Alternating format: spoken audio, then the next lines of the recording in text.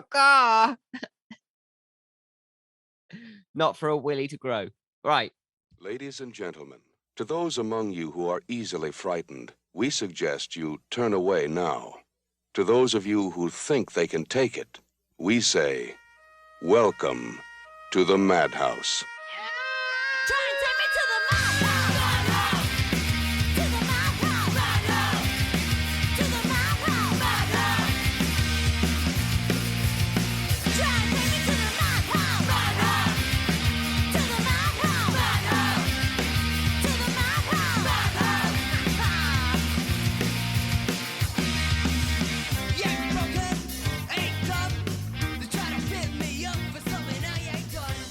Welcome. Welcome. Did you get that? What? Welcome. Did you get that? Yeah. I was sending it you telepathically. It was a telepathic intro this time. Oh, that. Oh, you see, all I was getting in was quite a lot of penis. A lot of penis. Yeah, that was. That's what the images that were popping up. Were you like images of them on a screen? What are you looking at right now? That's a cross wire. That's a cross wire. That's for my next door neighbour. I like to beam him a willy every now and then. Oh, beam him a willy. That's yeah, just to freak him out. Yeah, okay. Yeah. So I must have just cross wires with you. That's there. why you're always Googling them, just so you've got some to send.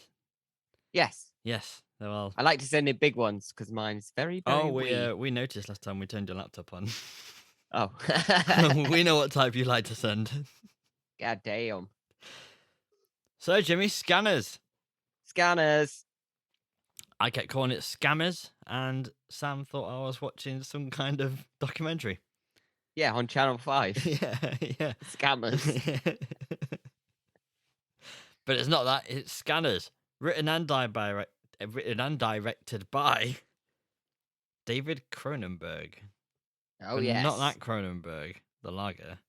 No, Cronenberg, the director. Isn't it? No. Yeah. Yeah. He also directed... Such classics. Oh, you're doing it. Oh, man, we're scanning proper. Well, exactly. Now you go. You say one and I'll say one, and then we'll go back and forth. Shivers. Okay, Videodrome. Rabid. Oh, okay. The Brood. The Brood. That's the last one I had on the list, but I wanted to do one more. The Fly. He did The Fly as well. Oh, yeah. Okay. Jeff Goldblum. Yeah. Lovely. 1981 as well, we should say. It came True, out. 1981. This was your choice as well. Yeah. Is this the first time that you've seen this film? Yeah, it was, yeah. Not yours, because you surprised me with the box set when I thought this might be something it wasn't necessarily as much on your radar. Well, yeah, I'm going to watch Scanners 2, The New Order, tomorrow, I think. Ooh. Yeah, I'm going to get up and watch that nice and early. Yeah, over. I watched a couple of scenes from that earlier where the robber gets his head done in the shop. Lovely. Nice. Yeah. Shall we paragraph of doom? No, that's not that anymore, is it? What did you call it? That was good. We were going to stick with the paralytic graph. No, that's later. Paralytic. And I want to say parallelogram, but that's a shape. The paranormal graph. Okay, yes, that's what it's called now. We just can never remember. I just want to point out if there are any pauses. I just want to point this out to the audience. If there are any pauses that they hear from our speech, it's because I am trying to scan them. I'm trying to scan the computer as well. Get in there. Get out from the internet. Yeah. That would be I was reading something about telekinesis and telepathy and stuff. Yeah. And like top 5 things. So I'm going to start doing that and see if I can actually do it. I think it's all bullshit. I would say most likely. Yeah. What you got there? What you drinking? This isn't your normal dark fruit, sir. What is that? No, well, what I have is, it's a strawberry daiquiri, as Lovely. you will see, flamboyantly made, because every week we talk about what we're drinking, because we are the #1 podcast for horror reviews, bullshit, and booze. But my booze is always dark fruit cider of some kind. Pint can. Yeah, pint can of dark fruit. So It's not. I don't really mix it up much lately, and you do. You have sometimes a shot, a brandy, a whiskey, something going on with something else as a chaser. So what Yeah. I've done this time is I've got a proper slice of lime on the glass. You see that? That's nice. That's beautiful. Pink umbrella. Course. Nice green paper straw. 'Cause it's an environmentally friendly strawberry daiquiri. Yeah. And I made this in the blender just before I got on Zoom to you. So I made Christ, this myself. you've necked that down, haven't you, Del Boy? Well, we had a bloody stressful start to the podcast. We're doing it late because Jimmy couldn't hear me over mic for half an hour, and then suddenly it just started working. So we recorded the intro, barely got through the word welcome, and I told him to stop. Now I know why he didn't say anything else after welcome. I thought your mic had gone, but you sounded like a robot. And then we took it. Yeah, so damn right I drank this quick. I've got another one in the kitchen. Nice. I think someone might be trying to scan us. Maybe. Probably. Yeah. I'm having Bastard. a sip of this now, and then we'll do the paranormal graph. Yeah, I'll have a little sip of my Lidl cider. That's It's not Lidl like that little. It's big. cider. Ruined my joke. Using the term joke loosely there, I think. Right, let's do it. Brief rundown of the 1981 sci-fi classic Scanners. Cameron Vale, a homeless man, doesn't know that he has a powerful telepathic ability known as scanning until an incident in a shopping mall where he caused an old woman to have some kind of heart attack. He is chased down and taken to Consec Corporation, where Dr. Paul Ruth explains to Cameron why he can hear everyone's voices in his head and can do uncontrollable things with his mind. Dr. Ruth shows him that he can control his telepathic powers by injecting a drug called ephemeral. Meanwhile, a lecturer on scanning in the Consec building, Daryl Revock, volunteers to be scanned as a demonstration. The scanner, however, does not realize that Revock is actually the most powerful scanner alive and quite literally loses his head to Revock's supreme ability. Nice. Thanks. Dr. Ruth reveals to Cameron that he wants to train him to take down Revok and his underground network of rogue scanners hell-bent on world domination. He tracks Revok to a company called Biocarbon Amalgamate. Amalgamate? That's not a hard word. I proper screwed that up. A company started by Ruth and now distributing ephemeral to pregnant women for the sole purpose of producing a scanner army. In a final showdown between Revok and Cameron, Revok unveils that they're in fact brothers and Dr. Ruth was their father. After a furious battle of telepathic and telekinetic powers, Cameron bursts into flames and dies a charred corpse. But wait, Cameron was in fact the most powerful scanner of all time. He didn't die in a blaze of glory. He actually transferred himself into Revok's body somehow, we don't know. Why? We don't know either. No. I think it was because he was the better known actor, and if they were going to do a sequel, they wanted him. Yeah, probably. Yeah, he is definitely the better one. Yeah. Yeah, great ending though. I did like it. Yeah, nice bulbous heads, blood leaking out of veins. There's also something about the. Actually, we'll fucking get to that in a minute. I don't want to spunk me load. Yes, you're doing it. Yeah, like squeezing out a massive poo. I'm so now disgusted, but I'm so I've never really been bothered that this is an audio thing before, but now I really want to show people what we mean by the acting in this film with the I'm controlling you. Basically, it's smell the fart acting from Friends, but really intense. Yeah, it's like I'm doing a shit it's 4 times the size of my arsehole. Yeah, you could make this a comedy simply by putting shitting and farting and plopping noises in it. Someone must have done that. That has to be somewhere. That really has to be somewhere. If you find it's gotta be. Scan it over to me because I want to see it. Nice. Right. Frights and Delights, I believe, is next. Lovely. I agree. Good scan. Frights and Okay, you know what's up next, my beautiful scanner army. It's Rise of the Lights! Oh yeah, I wonder if they knew what was up next, Jimmy, because they're scanning, or because we do it every week. It's because we do it every week. Yeah. Yeah. And I just nicked Jimmy's original intro to the Frights and Delights. Huh? Don't spoil the magic. Sorry, should I delete that? No. Because there was no magic to spoil. Right, I like to start off with a small one. I like to ease us into the process. The copy of Life magazine that had the original advert for Ephemeral was an actual 35-year-old copy of Life magazine that they ruined by sticking the Ephemeral advert in it. Okay. They actually glued it into a page. Oh, they glued it over the top of an actual really old magazine. Oh, okay. Fine. What was the magazine about? Life magazine? It's probably about life. Yeah. It's one of those general... Life. Like a... I don't know. Not as classy Time magazine or something, I don't know. Okay.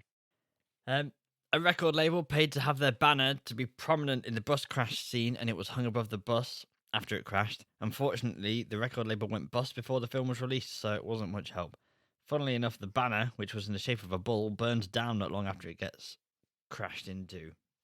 In the shape of a what? A bull. A bulb? Bull. A light bulb? A bull. A bowl? Hang on, I'll scan it over to you. That's a penis. Ah, sorry. Shaped like a penis. Sure. It's very small. B-U-L-L. B-U. Oh, a bull. A bull. The animal. Last time I checked, yeah.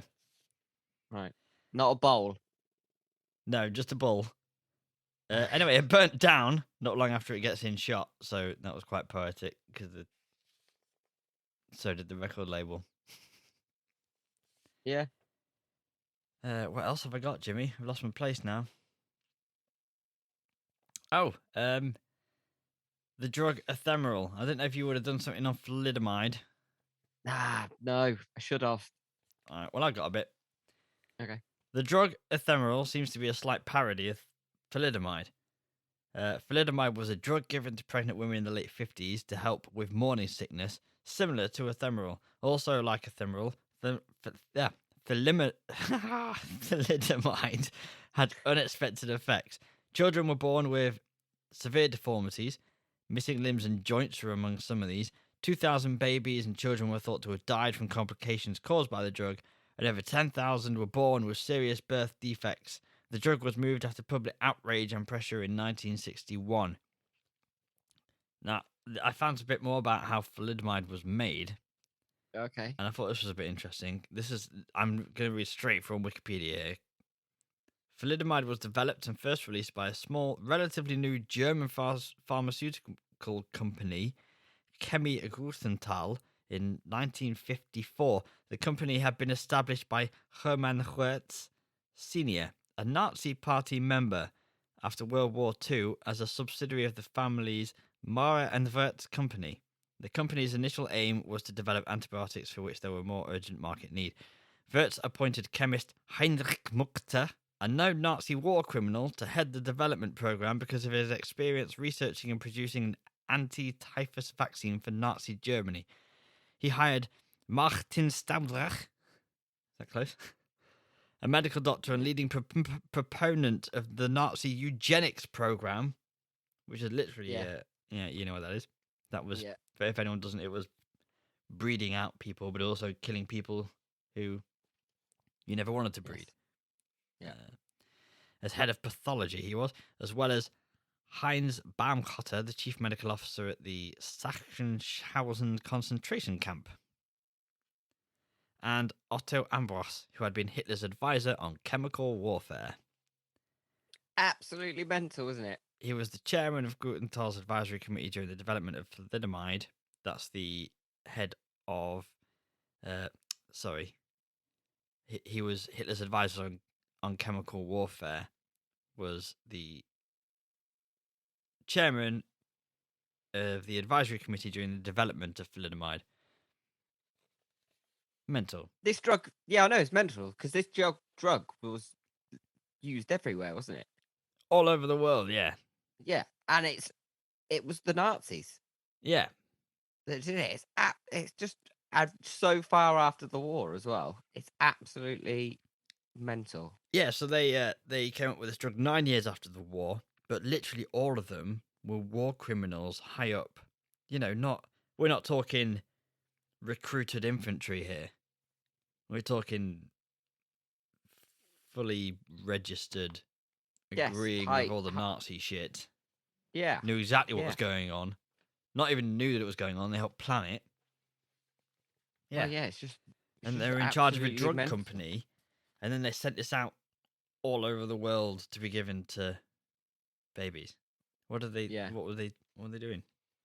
It's mental. It's mental, the reach of the Nazis even after the war. It's absolutely crazy. Yeah. And the fact that they were just starting up legit businesses and people knew it. Yeah.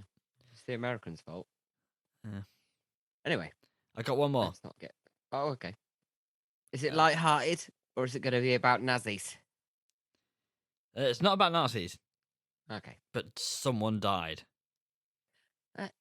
Shame it wasn't a Nazi.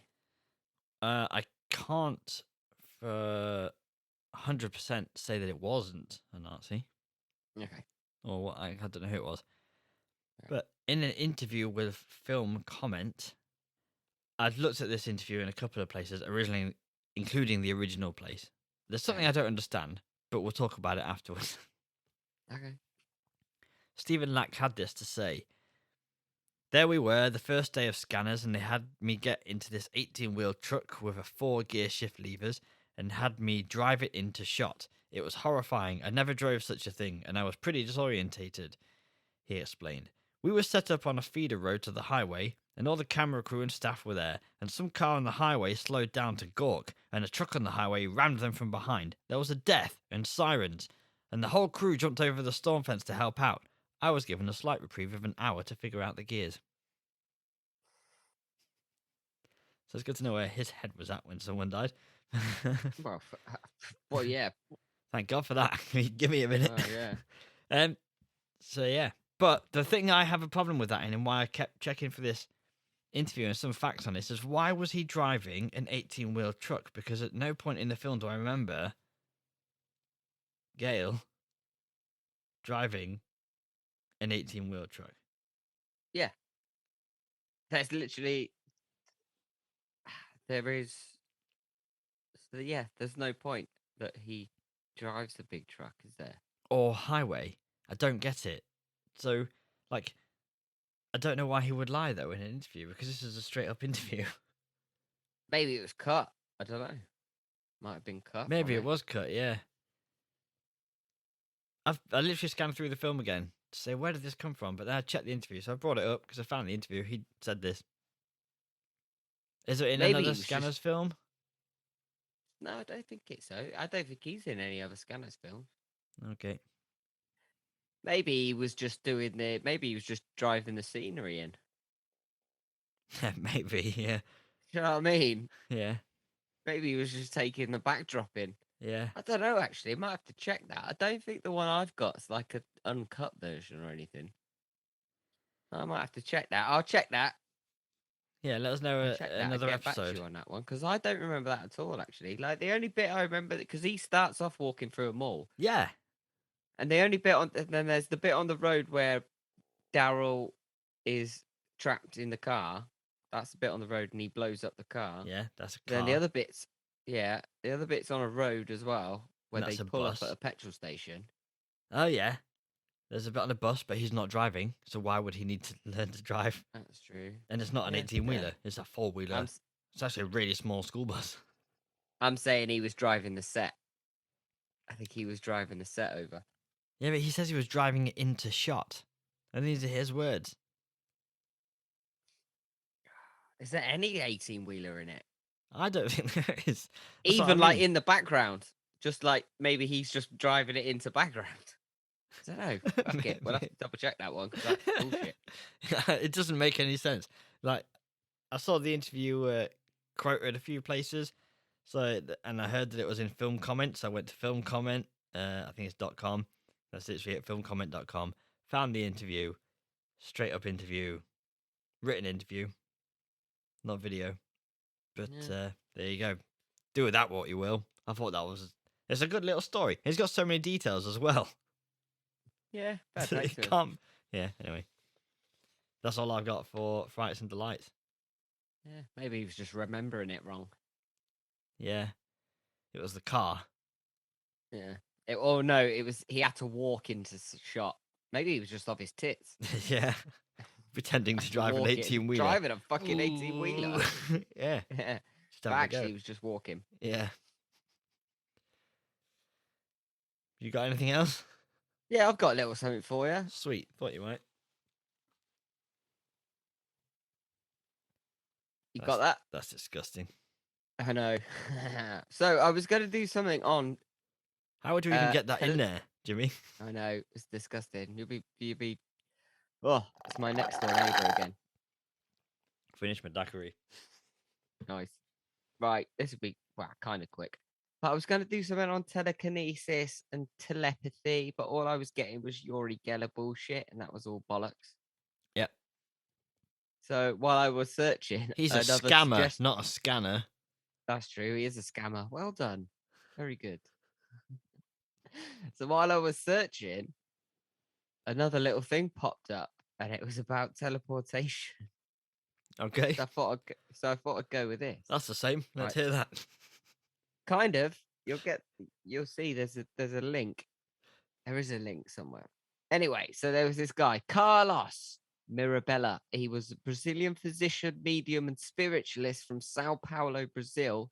He was quite well known for his ability to perform various seemingly supernatural feats, such as levitation, telekinesis, but most impressive ability he possessed was spontaneous teleportation.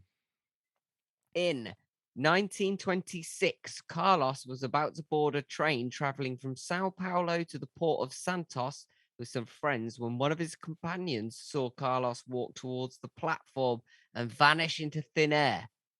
In the middle of the day, in front of dozens of witnesses, he faded into a foggy haze as if he were slowly getting erased from existence. Ooh. Carlos's friends were surprised at his sudden spontaneous vanishing, but things got even stranger when a station master approached them 15 minutes later, telling them they had a call from Carlos himself.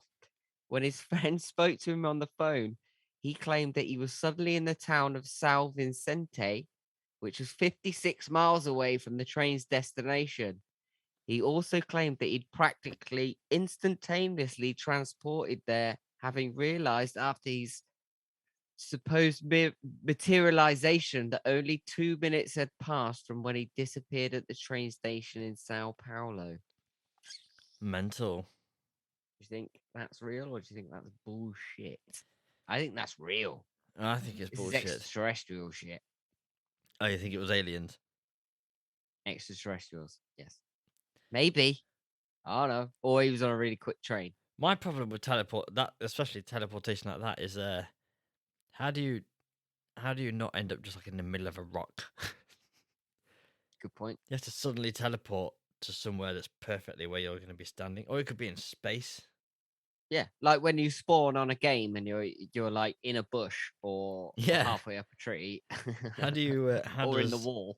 Whatever phenomenon is making you spontaneously teleport, and doesn't know where to put you that safe.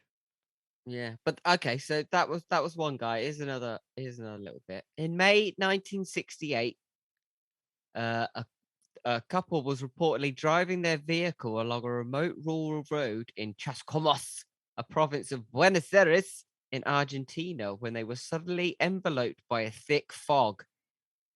The Vindels allegedly failed to make it to their destination on time, and family members and authorities went on search for the couple in the road they had taken, but no trace of them was found.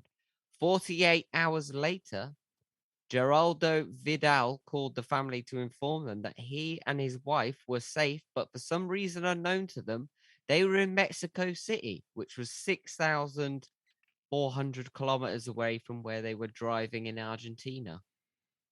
Geraldo Vidal would later claim that they had no recollection of what occurred in the last 48 hours, that they had disappeared without a trace. All they knew was that they encountered a strange, heavy fog before everything turned black. When they came to, they found themselves parked along an unfamiliar road and felt pain in their necks. And when they alighted from their car, the vehicle looked like it had been burned, as if it was badly damaged by a blowtorch.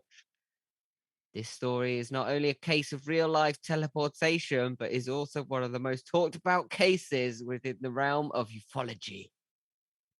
Wow. Bullshit. But here's a little connection here. Fog in those two stories, am I right? Yeah. And first one was Sao Paulo, Yeah. and the second one was Argentina, South America. Yeah. Okay. I've got one last one for you. Okay. So one was 1968. So it was 1926 and then 1968. Yeah. Right. Right. This is about Gil Perez, and it dates back to the nearly not my cider over there. It dates back to the 16th century when he was serving as a Spanish soldier and palace guard of the governor's palace in Manila. He was just a regular soldier until the morning of October 24th, 1593, when something strange happened. Tired due to lack of sleep and the warm weather, Perez decided to take a short nap and lean against the palace wall. When he opened his eyes, he was stunned to find himself in an unknown location. When it was explained to him that he was actually in Mexico City, so he was in Manila, which is the Philippines, Yeah.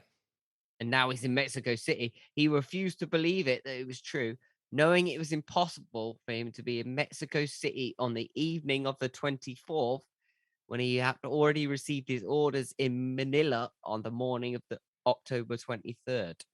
So Perez was questioned extensively by the Holy Tribunal of the Inquisition, and he told authorities that he had traveled from Manila to Mexico, and this is a quote, I think, in less time than it takes a cock to crow. Okay. Well, that makes, I don't think they mean penises, but it's Well, all no. relevant. It's all still true relevant as well, though. It's less time than it takes my cock to grow. to Still grow. waiting. Crow. Crow or crow. He revealed So, that what he did you knew say he was originally? crow, not a cock to crow. Crow. Caw. Not for a willy to grow. Right. Morning wood. That's what it is it? When your cock grows and Morning wood. crows. He revealed that he knew he was no longer in Manila, and that the night before, he also knew for a fact that the Governor General of the Philippines had been assassinated. However, the members of the Spanish Inquisition didn't believe his story and had him imprisoned for desertion.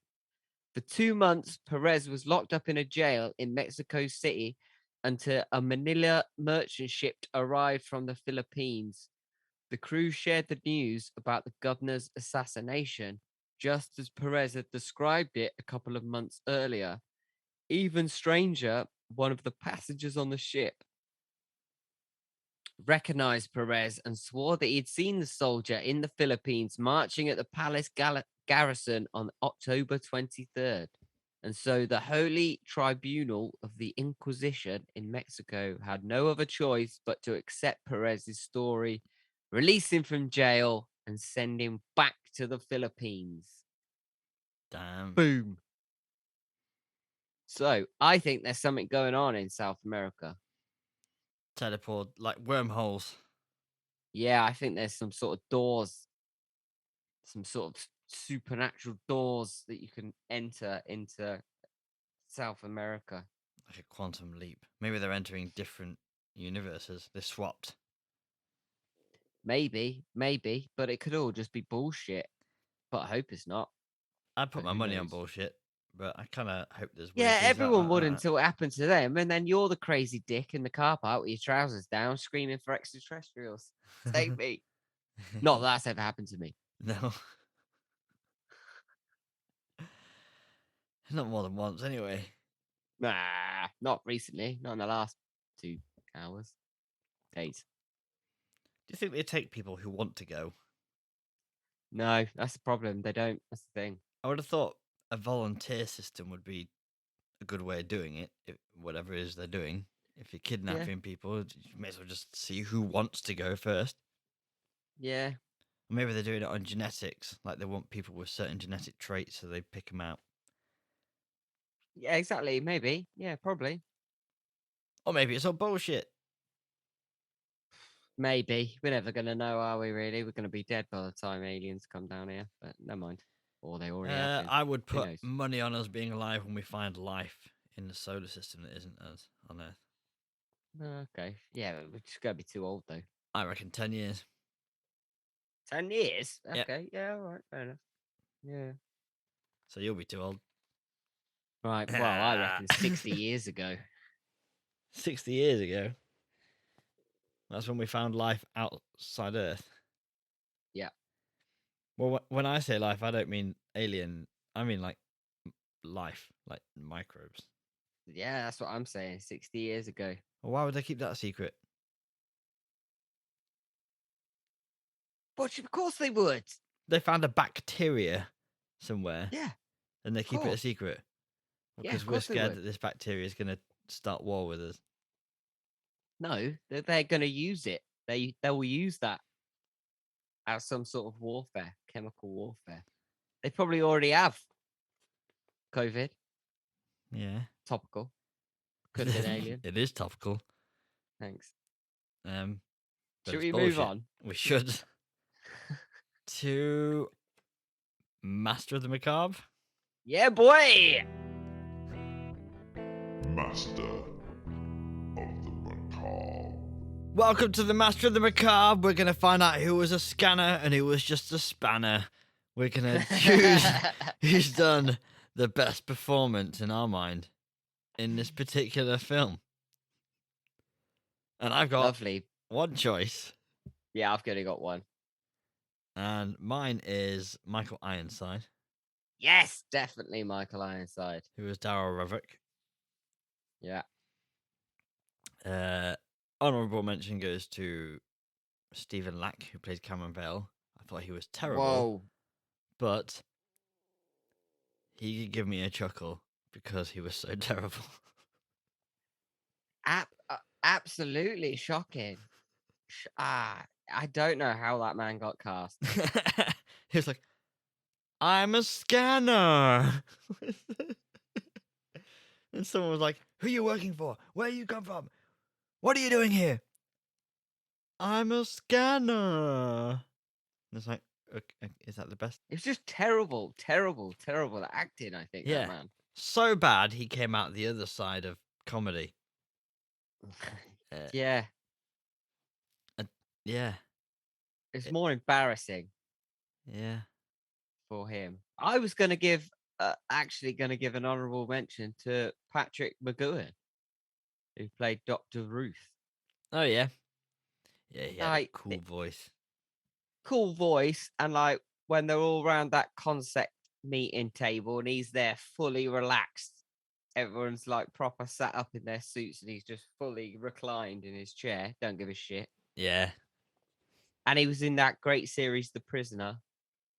All right, not seen it. If you've not seen it, it's where he's on an island and they've got, it doesn't know how he got there. He's got like a number. That's all he is. Did And he he's chased teleport by from South America? Maybe. Could have done. Uh, But then he's chased by a massive like ball that bounces around. You must have seen it. No, I've not seen it. Nah, you should watch it. You should watch it. Big balls. Like, there's a lot of balls that keeps them on this island. It's very good. But he was the main character in that. Okay. But big ups to Ironside, who also he's in also another fucking great 90s film. He plays Richter in Total Recall. Yep. And he is in Starship Troopers. Of course he fucking is. Yes. And something else, which I've forgotten. I didn't write down. But Fuck you'll it. recognise him as an older man as well. Yeah, literally. I mean, just for Total Recall and Starship Troopers. He deserves a little Star Trek troopers. Starship Troopers. But he was good. I liked him. Very good. Convincing. He was the only one who was actually seemed to be a proper actor. Yeah, he was good. Like, He he had a actually bit of put the Jack effort in. Nicholson about him, I think. A little bit, yeah. Or Nat said if they ever did a remake of this, a good person to play it would be Evan Peters from American. You know, he's Quicksilver in X-Men, and he's in Okay. all the American Horror Stories. Okay, yeah. It's got a touch of the Evan Peters about him. Yeah, I thought the wild-eyed. I kept thinking Jack Nicholson. Got a bit of that. Like I did enjoy the scene where we get to see him in the video, and he's drilled his head, but Yeah. he's got the plaster with the eye on it. Yeah. Like, he's proper crackers. Yeah. Proper crackers. Yeah. Too good for Nicholson, though. I think this was. I don't think Nicholson could have done it. What, the film? He couldn't have done Yeah. Jack Nicholson. Nah, Nicholson was too good for this, I think. Oh, I thought you meant the other way round. No, I think The film's too good for Nicholson. He couldn't have risen No, I to the don't think. I occasion don't of think Scanners. Nicholson would have done it. No, it's 81. I don't think. No, he wouldn't have done it. Anyway, so Michael Ironside winning, but should we joint Scan send him his medal? Yeah, let's do it. Oh, that was easier than I thought. Is he alive? Hope so. I don't know. We don't know. We don't know what COVID-19 has taken from us. All right, Except our freedom. moving Right. on. Let's rate this fucker. Let's rate this motherfucker. The Madhouse Rating System. Right, here we go. I've culminated all of your scans in the last 24 hours to bring you the one and only Madhouse rated system. First up is tension and suspense. It's not too shabby, actually, is it, for tension and suspense? Nah. It's got some bits, it's got some bobs. There's the car crash, and even though the car blew up a split second before it actually hit the wall, it was alright. Yeah. I did like the aspect of mind control to make people kill themselves. That always felt like a good bit of suspenseful wonder as we watch and try to figure out people's next move and what they're Yes. going to make them do. I don't think it deserves a full star, though, because for one, I never really felt like the main guy was going to die. And secondly, I also didn't care if he did. Yeah, that's fine. And it's not the most engaging story No. line. I don't There's care some who bits won. in it. Yeah, it was a bit like, nah, it's not truly engaging. Yeah. And it's literally going to be this goggle-eyed buffoon going against crazy-eyed psycho eventually. So let's cut to the chase and get it done. Yeah, it was always going to get there, and they could have met up straight away. Yeah. And why the fuck? Like, people know, like, that there's, 237 scanners in the world, and these people are trying to control these scanners, especially Consec, who are trying to, Dr. Ruth is trying to get this scanner to fight the all-powerful Daryl Revok, the most powerful scanner in the world. So why doesn't he arm his guards with some sort of Magneto type helmet to stop them from entering brains? Yeah. Pop a helmet on. Magneto did it. Magneto got it done straight away so that Charles couldn't get in his head. Well, exactly. And everything you try against a scanner is pointless. Why would you ever go hunt a scanner down? Because they can just make you Exactly, turn 'cause your you're not gun on gonna you. win. And surely they know that when they're carrying guns into this thing. And no one ever shoots quickly. You know, everyone always seems to hold their gun at them until they're noticed, and they give them a look as in, I'm going to shoot you. And then there's enough time for the scanner to go, to fuck you are. Yeah, exactly. And go, then, with the gun. Oh no, what are you doing with this gun? I didn't see this coming. It's just happened to so many people before. Yeah. Also, Revok's gang, they all had shotguns, and there was at least 2 of them in the barn scene that were trying to shoot a shotgun at range. It's not a ranged weapon. That's Yeah. why the guy's still walking away, because you're Shot him a lot. shooting from range. He's just getting tagged a little bit. You want to get up close with a shotgun. Yeah. Pow! Bullshit. You want to give him an AK or something. Yeah, you Give don't it arm half everyone star? with a shotgun. You arm yourself with a shotgun, an assault rifle, Yeah. and a sniper. And you got all the Yeah. ranges covered.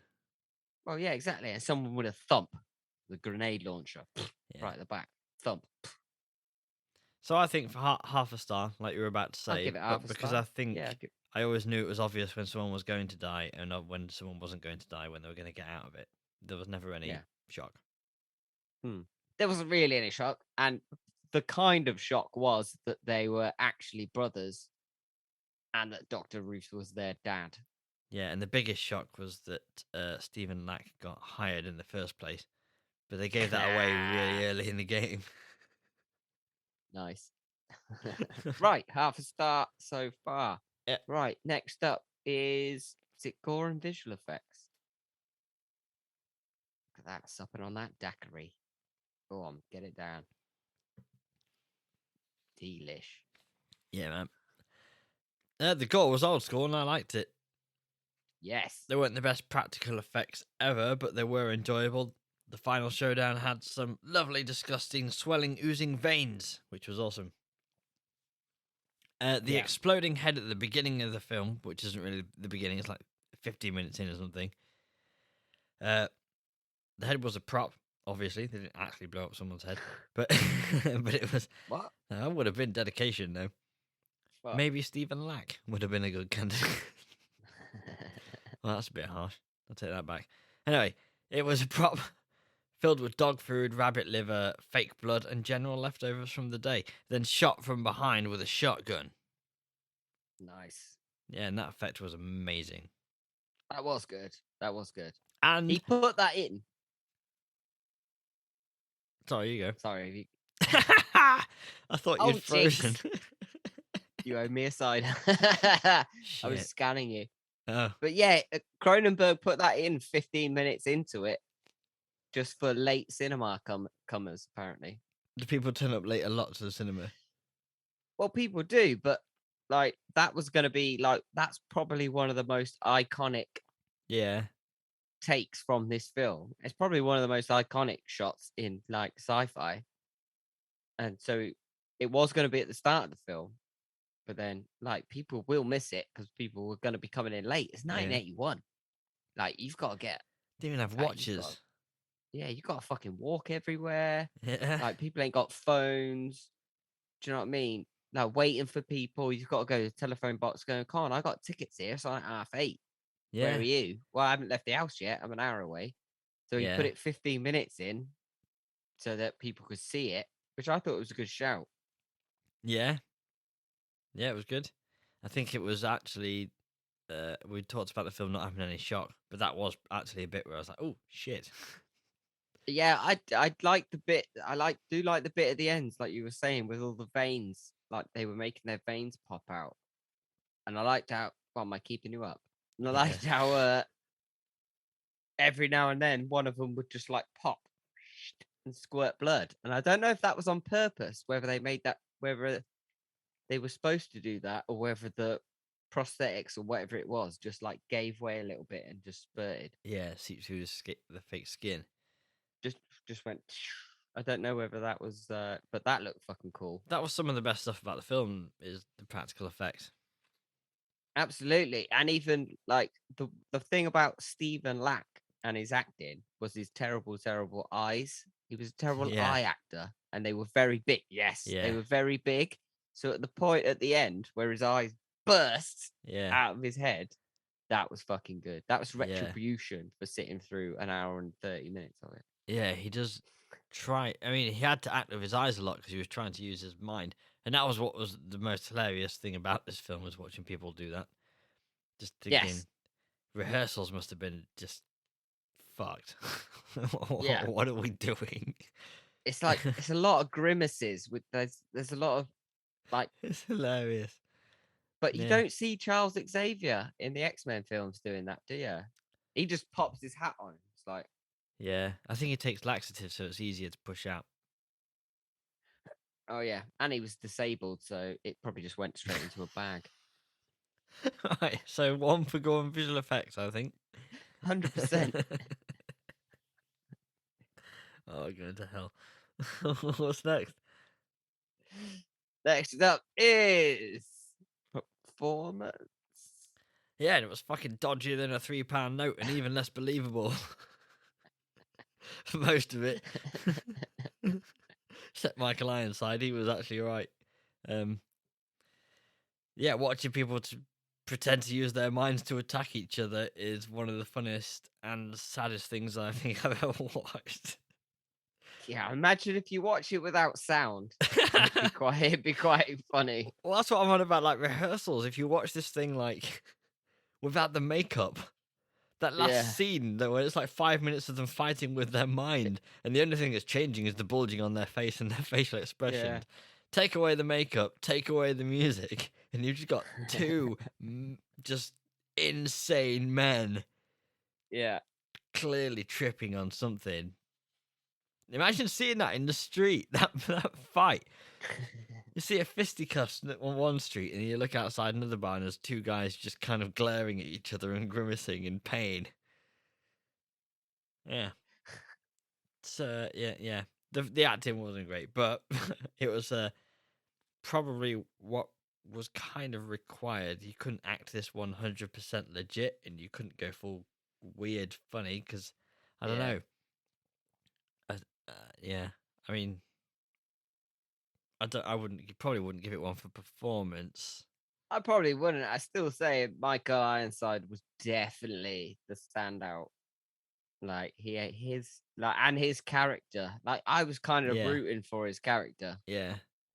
Like the bit where he's talking about him drilling his head because he's trying to get the voices out. Yeah. He doesn't realize he's like a scanner, and he's proper crackers and a bit. And we never bit heard what his mental. plan was for when he took over the world.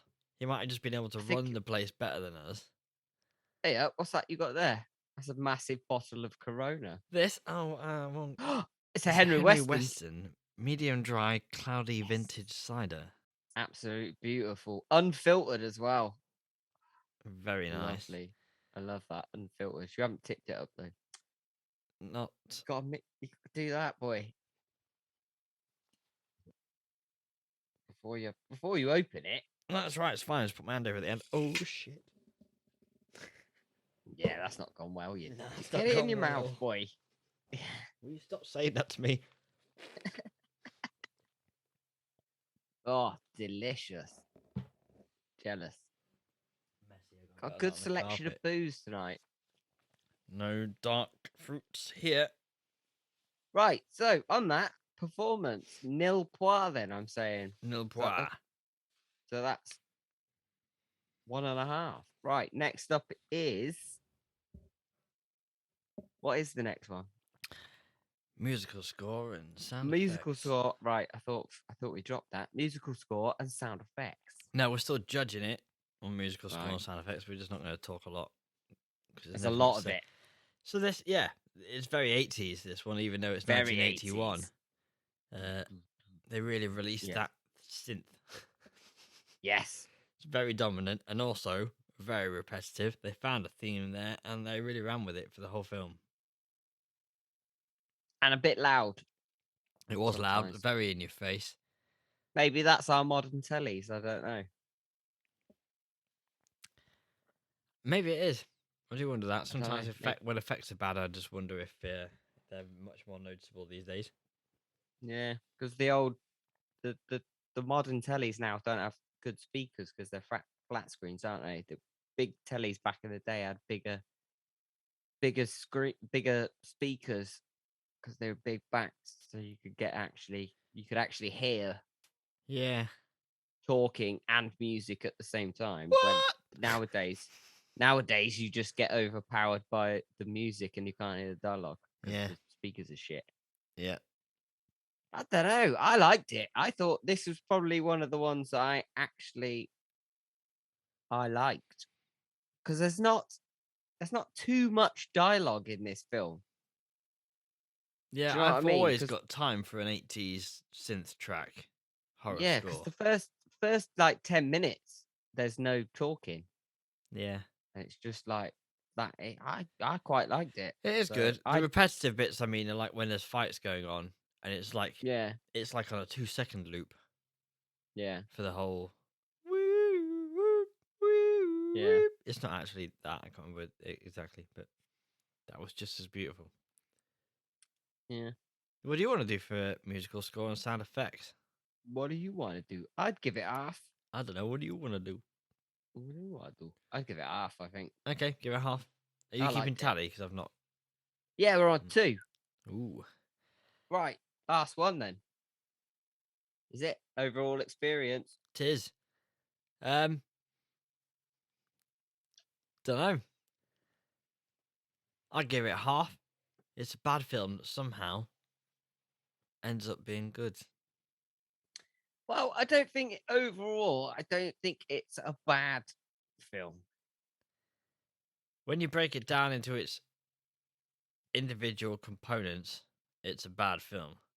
But when you put them all together, it's a good film. Yeah, but yeah, it might be. But if someone churned it out now in 2001, I think it'd be lapped up. People would be loving it. 2001. Where are we now? You time traveled, have 2021. you? Fuck me. I'm not. It's transportation. Well, Transportation. that's That's what time I was travel. telling earlier. Yeah. Teleportation. Transportation. That's fucking buses and shit. Teleportation. I've teleported It's a form of out transportation of my own mind. to a different year. You're Oh, not looking at the screen embarrassing. going, who's this guy? I'm not supposed to meet you for another 10 years. Oh, God damn it. Future Jim. What were we saying? So, if it was made in 2001 or 2021, If it was made in 2021, I think people would lap this sort of shit up. do you? They were going to do Yeah, a of remake, course. weren't they? Yeah, but they didn't do it. 2008. Yeah, I didn't even make a note of it because Yeah. it was such a non-story. They Didn't were happen. going But to if they make a did it remake. now, They didn't. yeah. But if they did this shit now, people would love it because everybody loves all this superhero shit. Marvel, DC, and that. Yeah. Mind control. Yeah. Let's do that and chuck that on the pile. Chuck it on a pile, innit? Chuck it on a pile. I liked it. I like it. Like I said to you earlier, I'm going to watch the second one tomorrow. Go on, get it down, yeah. Yeah, I'm going to watch the second one. I'll have a look. I know you've got it on DVD, so I'll have a look for somewhere to stream. But what are we doing for overall experience, Jimmy? That's what we're here for. Oh, that is right. We're on to overall experience. I think I'm going to give it half a star. I think it's, I will. what do we do out of 5? Is that a 5? it If we give 5 it. stars. Fuck it. I'm going to give it a star. So it's 3 out of 5. Yeah, I'd give it 3 out of 5. So I'm going to leave it at that. Then. Iconic. I'm not going to add any more. I think 3 out of 5 is generous. Yeah, I think it's an iconic sci-fi film. I think people should watch it and enjoy it. Enjoy it for what it is. It might be a bit silly. It might be a bit stupid, and some of the effects might be a bit like not what people are used to nowadays. But yeah, I think it's still good. Sweet. I think it holds up. So it's 3 out of 5 for Scanners. Nice. We're going to have a quick pause, and then we're going to come back with your IMDb film choice. All right? Yeah, boy. Yeah, boy. Right, we're back. I've cleaned up some cider off my floor. And Jimmy, have you got an IMDb description? Yeah, sorry. Let me just clean my mouth because I was just licking that cider off the floor. The japes. Right. Okay, you ready for this? Yeah. People mysteriously start receiving voicemail messages from their future selves foretelling their deaths. I can give you some clues. Okay. Okay, this isn't a clue, but I just want to say I've wanted to do this for quite a Just while. read the description out again. People mysteriously start receiving voicemail messages from their future selves foretelling their deaths. Okay, then give me the clue. Okay, there's a phone involved. Okay, and an amazing ringtone. It was remade shoddily by America.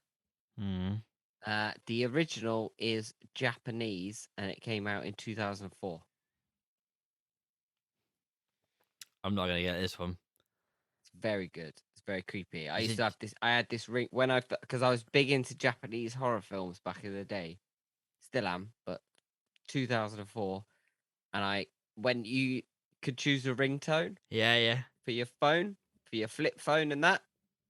So I had this ringtone on my phone from this film, and it was a flip phone. Anyway, I digress. Right. Is it Japanese Okay. language? Dubbed.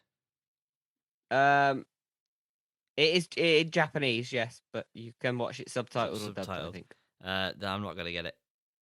Okay, it's 'Cause I called would get it One straight away. Missed Call. Okay. Not heard of it. Very good.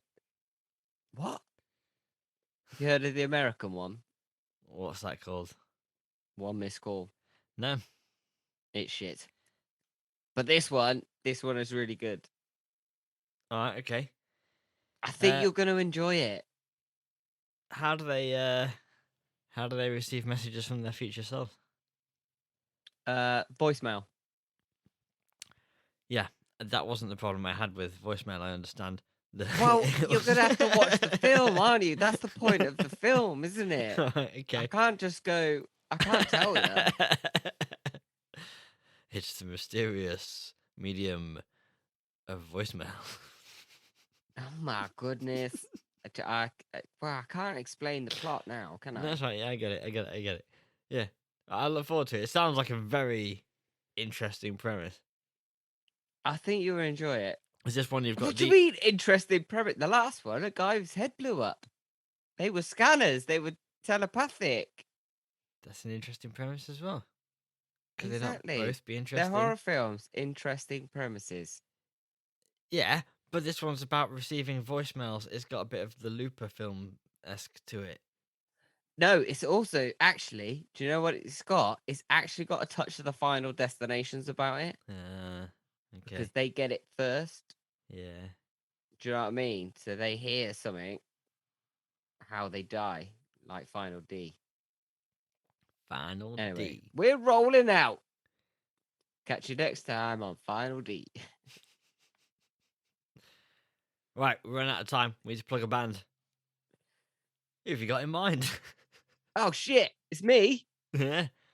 Oh my goodness. Oh my goodness. It's the awesome band Grave Slaves. And I'm pretty sure the bass player plays a spade as a bass. But this is their song, Right to Hell!